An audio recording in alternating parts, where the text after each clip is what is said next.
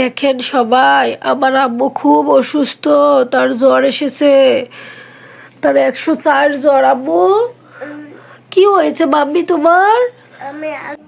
এত সাবধান হয়ে রান্না বান্না করি আল্লাহ গো, তারপরেও এরকম জিনিস আমার চোখের সামনে এসে যায়।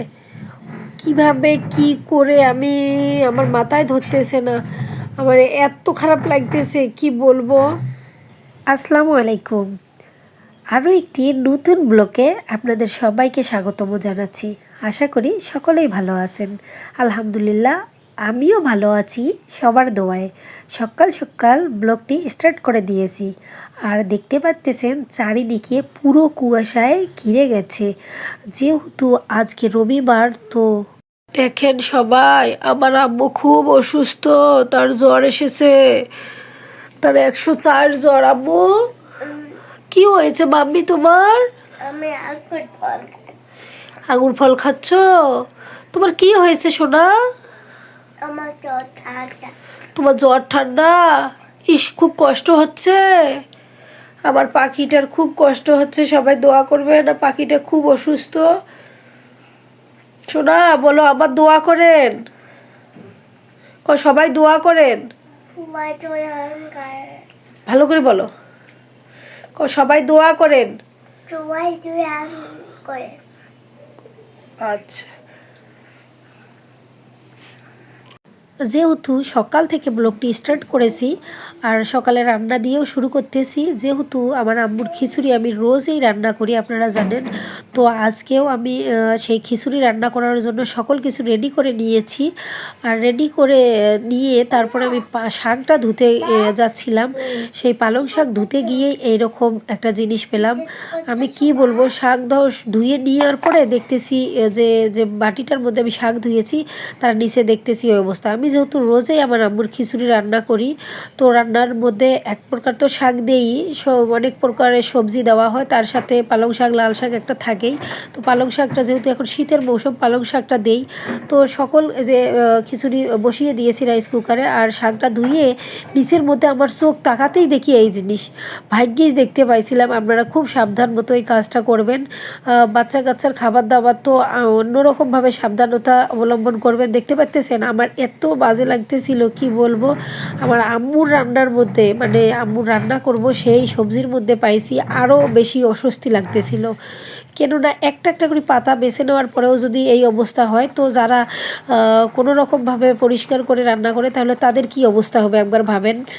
আর এদিক দিয়ে দেখতে পাচ্ছেন যত কষ্ট হোক রান্না তো করতেই হবে। আম্মুর খিচুড়ি বসিয়ে দিয়ে এদিক দিয়ে আমি আলু সিদ্ধ বসিয়ে দিয়েছি, কাঁচামরিচ দিয়ে দিয়েছিলাম আলু সিদ্ধর মধ্যে। আর এদিক দিয়ে আলু আমার পরিষ্কার করে নেওয়া কমপ্লিট, আর মরিচটা আলাদা উঠে রেখেছি। আজ অন্যভাবে একটু রান্না করব। যে দেখতে পাচ্ছেন এই সিদ্ধ মরিচটা সাথে পেঁয়াজ কুচি নিয়েছি, আর এদিক দিয়ে মরিচ পেঁয়াজ কুচি করে নিয়েছি। দেখতে পারবেন কি রান্না করব। যেহেতু এইভাবে আমি সচরাচর রান্না করি না, তবে ভালো লাগে মাঝে মাঝে যদি একবার খাওয়া যায় আর কি।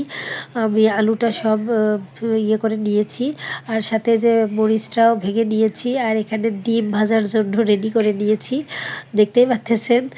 আর আলুটা আমার সুন্দর করে ছড়ানো হয়ে গেছে পানি দিয়ে। এখন আমি ডিমটা ভেজে নিচ্ছি, দেখতেই পাচ্ছেন ডিম ভাজা হয়ে যাচ্ছে।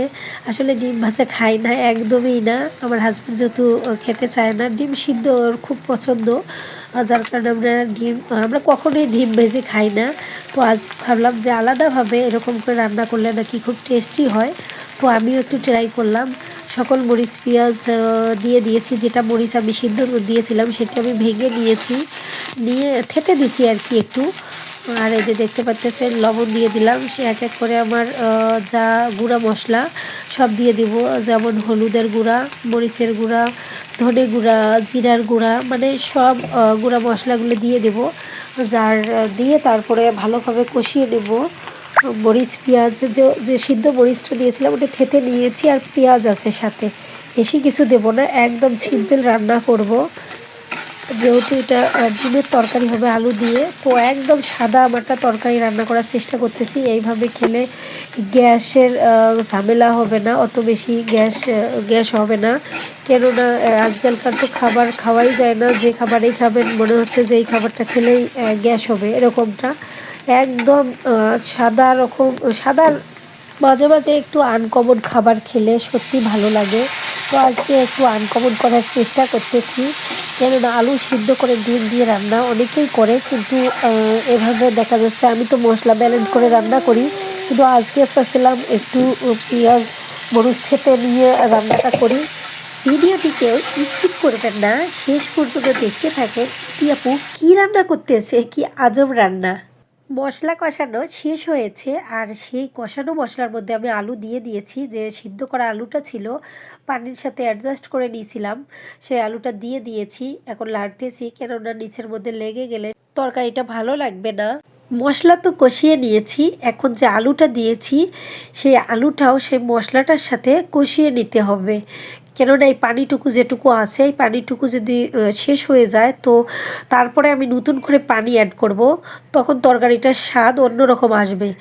ভালোভাবে আমি কষিয়ে নিচ্ছি, দেখতে পাচ্ছেন। আর এদিক দিয়ে পানি দিয়ে দিয়েছি, ঝোলের পানি। যেহেতু কষানো শেষ, এখন পানি দিয়ে দিয়েছি। পানি ফুটলে আমি ডিম দিয়ে দেব। ডিম দিয়ে দিলেই মোটামুটি তরকারি ফুটে গেলে আমার তরকারি হয়ে যাবে। আপনারা দেখতে থাকেন যে ইতিয়াপুর তরকারি রান্না। আর এদিক দিয়ে দেখেন আমি ডিম দিয়ে দিয়েছি। যেহেতু আমরা দুইজন খাবো আর আমার আম্মুর সিদ্ধ ডিম আছে, তো আমি এরকম করেই নিয়েছি। আর একটু জাল করব, আর একটু জাল করা হয়ে গেলে তরকারিটা ফুটতেছে, এখন নামিয়ে নেব। আর এদিক দিয়ে দেখেন আম্মুকে দিয়েছিলাম একটু পাউরুটি আর একটু দুধ, যে তুমি খাও, শরীরটা ভালো নেই।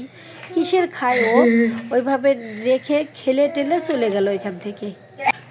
ধন ধান্য পুষ্পে ভরা আমার এই বসুন্ধরা, তাহার মাঝে আছে দেশে সকল দেশের সেরা, ও সে স্বপ্ন দিয়ে তৈরি সেজে স্মৃতি দিয়ে ঘেরা, এমন দেশটি কোথাও খুঁজে পাবে না কো তুমি, সকল দেশের রানী সেজে আমার জন্মভূমি, সে যে আমার জন্মভূমি, সে যে আমার জন্মভূমি।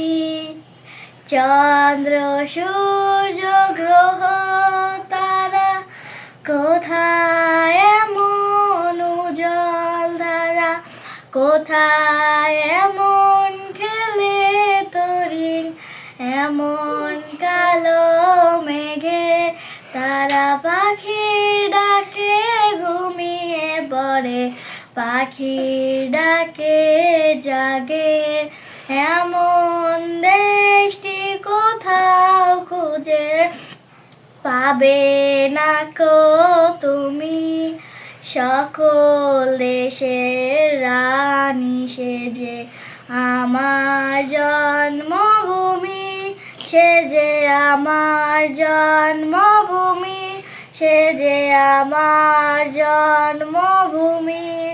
পুষ্পে পুষ্পে ভরা সাক্ষী, কুঞ্জে কুঞ্জে গাহে পাখি, কুঞ্জ জড়িয়া সে অলি, কুঞ্জে কুঞ্জে দে তারা ফুলের উপর ঘুমিয়ে পড়ে ফুলের মধু খেয়ে, এমন দেশটি কোথাও খুঁজে পাবে না কো তুমি, সকল দেশের রানী সেজে আমার জন্মভূমি, সে যে আমার জন্মভূমি, সে যে আমার জন্মভূমি।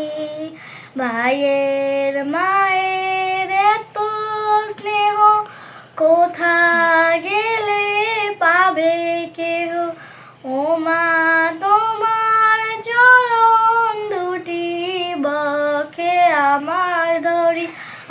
আমার এই দেশেতেই জন্ম যেন এই দেশেতেই মরি, এমন দেশটি কোথাও খুঁজে পাবে না কো তুমি। সকল দেশের রানী সেজে আমার জন্মভূমি, সে যে আমার জন্মভূমি, সে যে আমার জন্মভূমি, সে যে আমার জন্ম